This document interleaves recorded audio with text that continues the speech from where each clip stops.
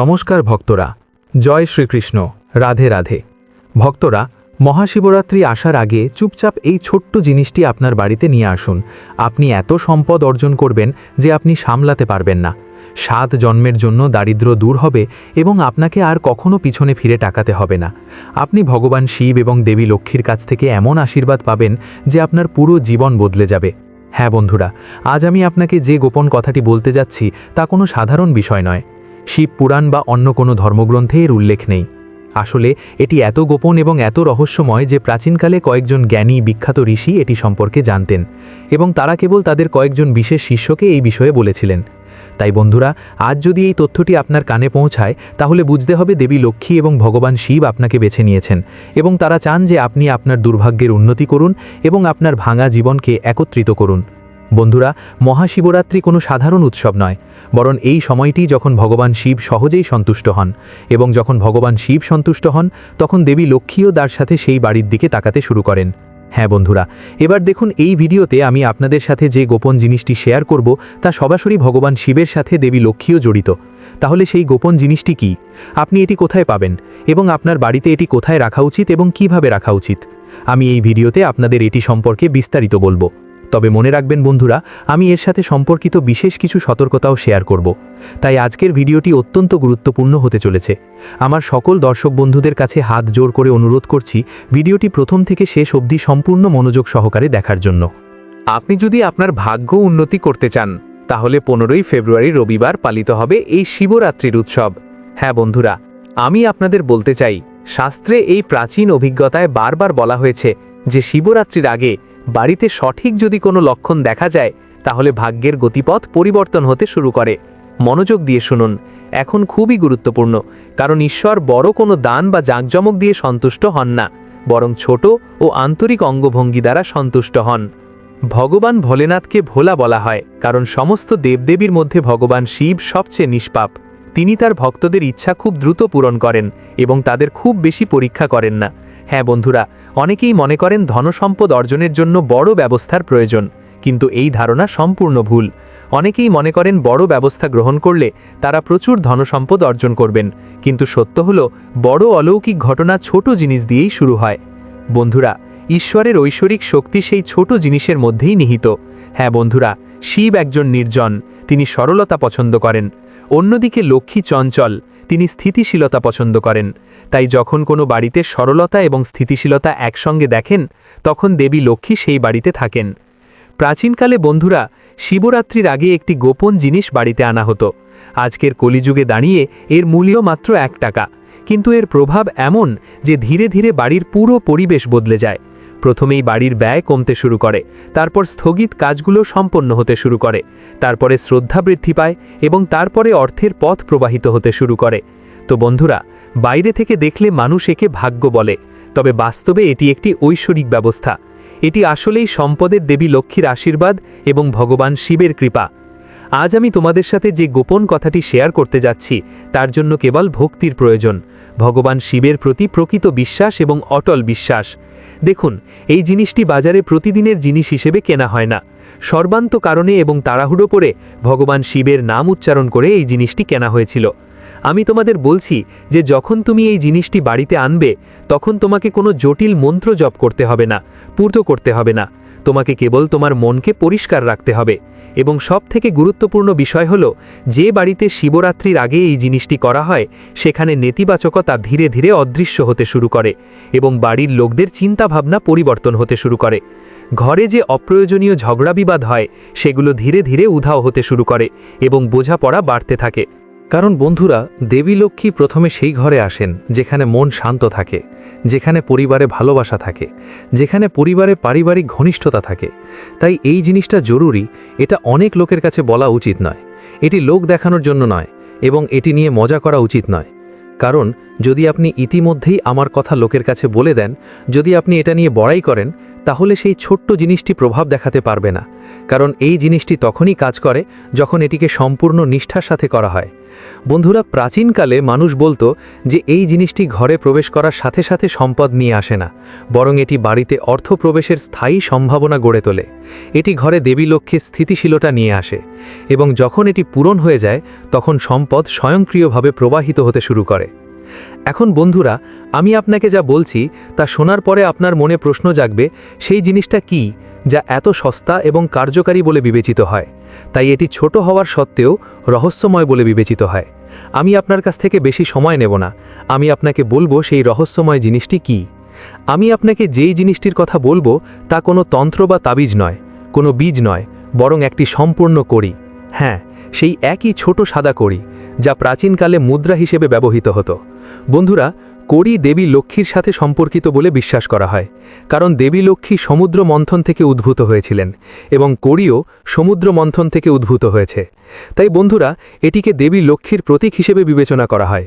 মনোযোগ দিয়ে শুনুন, আমি আপনাকে যা বলতে যাচ্ছি তা এখান থেকেই শুরু হয়। আপনি ভাবতে পারেন মহাশিবরাত্রি ভগবান শিবের সাথে সম্পর্কিত, কিন্তু আমি কেন কড়ির প্রতিকারের কথা বলছি? তাই বন্ধুরা, মনোযোগ দিয়ে শুনুন। শিবরাত্রির আগে যদি আপনি একটি সম্পূর্ণ অক্ষত কড়ির খোসা কিনে থাকেন, তাহলে এটিকে একটি লাল কাপড়ে বেঁধে এমন জায়গায় রাখুন যেখানে লোকেরা ঘন ঘন আসে।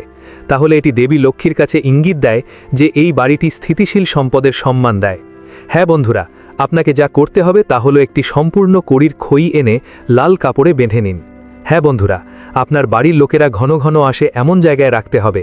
মনে রাখবেন, নোংরা হাতে কড়ির খই স্পর্শ করবেন না, এটিকে খেলার জিনিস হিসেবে ব্যবহার করবেন না, এবং আপনার মনে অহংকার প্রবেশ করতে দেবেন না। হ্যাঁ বন্ধুরা, যদি সব কিছু সঠিক উদ্দেশ্য নিয়ে করা হয়, তাহলে ভগবান শিবের কৃপা এবং দেবী লক্ষ্মীর আশীর্বাদে পুরো পরিবারের ভাগ্য উন্নতি হতে শুরু করে। এখন বন্ধুরা, আমি তোমাদের যা বলেছি, যে কর্মের বর্ণনা দিয়েছি তা খুবই সহজ, কিন্তু এই প্রতিকারের নিয়ম কি তোমাদের জন্য জানা এটি খুবই জরুরি, কারণ নিয়ম ছাড়া, সতর্কতা ছাড়াই করা এই প্রতিকার তোমার ঘর ধ্বংস করতে পারে। কারণ তোমাদের এই একটি ছোট্ট ভুল দেবী লক্ষ্মীর পাশাপাশি ভগবান শিবের অসন্তুষ্ট হওয়ার কারণ হতে পারে। চলুন, আপনাদের বেশি সময় নেব না, প্রথমেই ভিডিওটি অবশ্যই লাইক করে দিন। দেখুন, এত গুরুত্বপূর্ণ ভিডিও আমি কাদের জন্য নিয়ে আসি? শুধুই আপনাদের জন্য। তবুও আপনারা ভিডিওতে লাইক করেন না। আজকে আমি আশা রাখছি যে আজকে আপনারা ভিডিওটি অবশ্যই লাইক করবেন, আমার বিশ্বাস ভাঙবেন না। বন্ধুরা, এখনই ভিডিওটি লাইক করে দিন, আর নিচের কমেন্ট বক্সে যে ব্যক্তি সত্য মন সত্য ভক্তি নিয়ে জয় শনিদেব লিখবে, শনিদেব আগামী 24 ঘন্টার মধ্যে তাকে ভালো সুখবর দেবেন। তাই বন্ধুরা, এখনই কমেন্ট বক্সে জয় শনিদেব লিখুন, আগামী 24 ঘন্টার মধ্যে আপনি ভালো সুখবর পাবেন। তাহলে চলুন ফিরে আসা যাক মূল টপিকে। এখন গুরুত্বপূর্ণ বিষয় হলো ঘরের কোন দিকে কড়ি রাখা উচিত তা জানা। এরপর আমি তোমাদের বলবো শেষ পর্যন্ত এই কড়ি দিয়ে কী করা উচিত। এখন বন্ধুরা, দিক নির্দেশনা সম্পর্কে কথা বলা যাক, কারণ আমাদের শাস্ত্রের দিক নির্দেশনাকে অত্যন্ত গুরুত্বপূর্ণ বলে মনে করা হয়। আমাদের হিন্দু শাস্ত্রে এমনকি গরুর পুরাণেও দিক নির্দেশনা সম্পর্কে বিস্তারিত বলা হয়েছে। এই কড়িটি কখনোই দক্ষিণ দিকে রাখা উচিত নয়। কেন তা করা উচিত নয়? কারণ দক্ষিণ দিক যমরাজের দিক হিসেবে বিবেচনা করা হয়। উত্তর দিকটি সর্বোত্তম, কারণ এটি কুবেরের দিক, এবং কুবেরকে দেবী লক্ষ্মী এবং শিবের সাথে সম্পর্কিত বলে মনে করা হয়। কুবেরকে সম্পদের দেবতা এবং দেবী লক্ষ্মীর ধারক হিসেবে গণ্য করা হয়। তাই যদি আপনার বাড়িতে উত্তর দিকটি না থাকে, তাহলে এই কড়িটি উত্তর পূর্ব দিকে বা ঈশান কোণে স্থাপন করা শুভ বলে মনে করা হয়। বন্ধুরা, এই দিকটি ভগবান শিবের সাথে সম্পর্কিত, এবং যখন দেবী লক্ষ্মীর প্রতিমা শিবের সাথে স্থাপন করা হয়, তখন ভগবান শিব এবং দেবী লক্ষ্মীর উভয়ের শক্তি একত্রিত হয়। কড়িটি এমন জায়গায় রাখা উচিত যেখানে দৈনন্দিন জীবন কাটে, যেমন প্রার্থনা কক্ষে, ড্রয়িং রুমে, অথবা কোনো আলমারির উপরে যেখানে আইনি কাগজপত্র রাখা হয়। তবে এটি মনে রাখবেন, এটি বাথরুমের কাছে বা জুতো রাখা স্থানের কাছে রাখা উচিত নয়। আমি আপনাকে আরও মনে করিয়ে দিতে চাই যে কড়ি রাখার পরে এটিকে বারবার স্পর্শ করার প্রয়োজন নেই। একবার আপনি কড়িটি স্থাপন করার পরে এমন ভান করুন যে আপনি এটির কথা ভুলেই গেছেন, আপনি জানেন না এটি কোথায়। তুমি এটা প্রতিদিনই দেখতে পাও, কিন্তু তোমার এটা প্রতিদিন স্পর্শ করা উচিত নয়। হ্যাঁ বন্ধুরা, বারবার স্পর্শ করলে এর স্থায়িত্ব দুর্বল হয়ে পড়ে, দেবী লক্ষ্মীর উপস্থিতি দুর্বল হয়ে যেতে পারে। সপ্তাহে একবার, বিশেষ করে শুক্রবারে, কড়ির দিকে তাকানো এবং কৃতজ্ঞতা বোধ করা যথেষ্ট। তোমাকে অবশ্যই ভগবান শিব এবং দেবী লক্ষ্মীর কাছে প্রার্থনা করতে হবে যেন তোমার ঘর সর্বদা স্থিতিশীল থাকে, তোমার গৃহ সুখ শান্তিতে ভরে থাকে। বন্ধুরা, নিয়ম মেনে না চললে কোনো প্রতিকারই ফল দেয় না। প্রতিটি প্রতিকারেরই নিজস্ব নিয়ম থাকে। স্থায়ী প্রথম প্রতিকারটি হল, কড়ির খোল নিয়ে কখনো উপহাস বা মজা করা উচিত নয়। বিশ্বাস করা হয় সেই কড়ির খোলকে দেবী লক্ষ্মী এবং ভগবান শিবের স্থায়ী বাসস্থান বলে উল্লেখ করা হয়। যদি সেই জিনিসটি আপনার বাড়ির দেবতার সাথে সম্পর্কিত হয় তাহলে তা নিয়ে কখনোই মজা করা উচিত নয়। এবং মনে রাখবেন, কড়ির খোল সম্পর্কে কাউকে বলবেন না যে আমার কাছে এই প্রতিকারটি আছে। এটিকে উপহাস বা লোক দেখানোর জিনিস হিসেবেও ব্যবহার করা উচিত নয়, কারণ এটি ধীরে ধীরে এর কার্যকারিতা হ্রাস করে। প্রায়শই কিছু মহিলার অভ্যাস থাকে কোনো প্রতিকার করার আগেই তা নিয়ে গর্ব করতে শুরু করা। এটিকে আপনার এড়িয়ে চলা উচিত। এখন আমি আপনাকে বলি দ্বিতীয় নিয়ম, তা হলো মিথ্যা বলা, শপথ করা, রাগ করা এড়িয়ে চলুন, অন্তত কড়ি আনার পরের দিন। আমি আপনাকে এখন এটি বলছি কারণ একজন ব্যক্তির ভেতরে থাকা নেতিবাচক আবেগ পবিত্র প্রতিকারের ওপর তাদের নেতিবাচক শক্তি ছেড়ে দেয়। তাই যদি আপনি শুদ্ধ মন, শুদ্ধ শরীর, শুদ্ধ ভক্তি নিয়ে প্রতিকারটি করেন তাহলে প্রতিকারটির উপকার হবে। অতএব বন্ধুরা, আমি আপনাকে বলতে চাই অপ্রয়োজনীয় রাগ এড়িয়ে চলুন, কারণ দেবী লক্ষ্মী কেবল শুদ্ধ মনেই বসবাস করেন। তৃতীয় নিয়মটি হল ইচ্ছাকৃতভাবে ঘরে নোংরা আবর্জনা ফেলা এড়িয়ে চলুন। বিশেষ করে যেখানে কড়ি রাখা হয় সেই জায়গাটি সম্পূর্ণ পরিষ্কার পরিচ্ছন্ন রাখুন। ধুলো, ময়লা, আবর্জনা বা অন্য কোনো নোংরা জমে থাকা উচিত নয়। এই প্রতিকারের চতুর্থ নিয়ম হল কাউকে কড়ি ধার দেবেন না। এছাড়াও আপনার বাড়িতে অন্য কারুর কড়ি রাখবেন না। প্রতিটি বাড়ির আলাদা আলাদা শক্তি থাকে। ধরুন কোনো বাড়ি নেতিবাচক শক্তিতে পরিপূর্ণ, আর আপনি যদি সেই বাড়ির কড়ি আনেন তাহলে বাড়িতে নেতিবাচক শক্তি প্রবেশ করবে এবং পরিবারকে ব্যাহত করবে।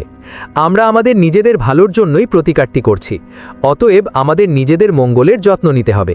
আর আমি আপনাদের বলছি, কড়ি যেই ঘরে থাকে সেই ঘরের শক্তি অনুযায়ী কাজ করে থাকে। অন্য ঘর থেকে কড়ি নিয়ে আসবেন না।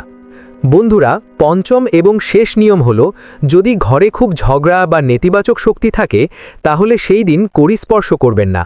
পরিবেশ শান্ত হওয়ার 2 বা 3 দিন পর এটি দেখুন। এখন সতর্কতার কথা বলতে গেলে কড়ি থেকে অলৌকিক প্রত্যাশা পাওয়ার আশা না করা। তুমি ভাবছো যে আজ প্রতিকার করেছো, আজ এই কড়ির খোল বাড়ি নিয়ে এসেছো, কিন্তু আগামীকাল তুমি এর ফল দেখতে পাবে। বন্ধুরা, এটি ধীরে ধীরে কাজ করে। প্রথমে এটি তোমার চিন্তাভাবনার পরিবর্তন করে, তারপর এটি তোমার পরিস্থিতির পরিবর্তন করে, তারপর এটি অর্থের পথ খুলে দেয়। বন্ধুরা, দ্বিতীয় সতর্কতা হলো কড়ি ভেঙে ফেলা বা হারিয়ে ফেলা। তোমার এই পাপগুলি এড়িয়ে চলা উচিত, কারণ কড়ির ভেতরে ভগবানের ঐশ্বর্য শক্তি বাস করে। তোমাদের ঘরে নেতিবাচক শক্তির মধ্যেই থাকে, তাই আমি তোমাদের বলবো যে এটি ফেলে দেওয়ার ভুল কখনো করো না। যদি কড়ি কখনো ভেঙে যায় তাহলে তাৎক্ষণিকভাবে ভগবান শিবের নাম করে জলে ভাসিয়ে দিন। তৃতীয় সতর্কতা হলো যদি আপনি ক্রমাগত অর্থ আসার কথা ভাবেন তাহলে এর প্রভাব কমে যায়। কোনো প্রতিকার বাস্তবায়িত করার সময় আমাদের লোভ করা উচিত নয়, কেবল এটিকে একটি আশীর্বাদ হিসাবে বিবেচনা করুন। চতুর্থ প্রতিকার হলো কড়ি রাখার পরে কখনো পরিশ্রম কমিয়ে দেওয়া উচিত নয়, কারণ ঈশ্বর তাদেরই সফল করেন যারা প্রচেষ্টা করেন। পঞ্চম এবং শেষ সতর্কতা হলো অন্যের নির্দেশে এই কড়ির অবস্থানের পরিবর্তন না করা। একবার এটি স্থাপন করা হয়ে গেলে এটিকে সেখানেই থাকতে দিন। বারবার দিক পরিবর্তন শক্তিকে বিভ্রান্ত করতে পারে। এখন একটি গুরুত্বপূর্ণ প্রতিকার সম্পর্কিত বিষয় যা মানুষ ভুলে যায়। এই প্রতিকারটি তখনই কার্যকর হয় যখন পরিবারের অন্তত একজন নিষ্ঠা এবং পরিশ্রমের সাথে কাজ করেন। যদি অবৈধভাবে অর্জিত লাভ বাড়িতে আসে তাহলে কড়ির খোল কাজ করে না, কারণ দেবী লক্ষ্মী পরিষ্কার পথ দিয়ে আসেন। তো বন্ধুরা, যদি তুমি তোমার কঠোর পরিশ্রমের ওপর মনোযোগ দাও তাহলে তোমার জন্য ভালো হবে। আর এখন বন্ধুরা, সবশেষে বুঝে নাও এই কড়ির খোল কোনো জাদু নয়। যে ঘরটি সরলতা, পরিষ্কার পরিচ্ছন্নতা, সঠিক চিন্তাভাবনা এবং ঈশ্বরের বিশ্বাস দিয়ে পরিপূর্ণ, যখন এই 4টি জিনিস একত্রিত হয় তখন ভগবান শিবের কৃপা এবং দেবী লক্ষ্মীর কৃপা স্বয়ংক্রিয়ভাবে বৃদ্ধি পায় এবং ধীরে ধীরে ভাগ্য সঠিক দিকে ঘুরতে শুরু করে। প্রিয় বন্ধুরা, ভিডিওটি দেখে যদি ভালো লাগে এবং উপকৃত হয়ে থাকেন তাহলে অবশ্যই একটি লাইক করবেন এবং আমাদের চ্যানেলটি সাবস্ক্রাইব করে পাশে থাকা বেল বাটনটি অন করে রাখুন। এতে আমরা নতুন ভিডিও বানানোর জন্য অনুপ্রেরণা পাই। আমার সকল দর্শক বন্ধুদের ওপর ভগবানের কৃপা বর্ষিত হোক। ধন্যবাদ।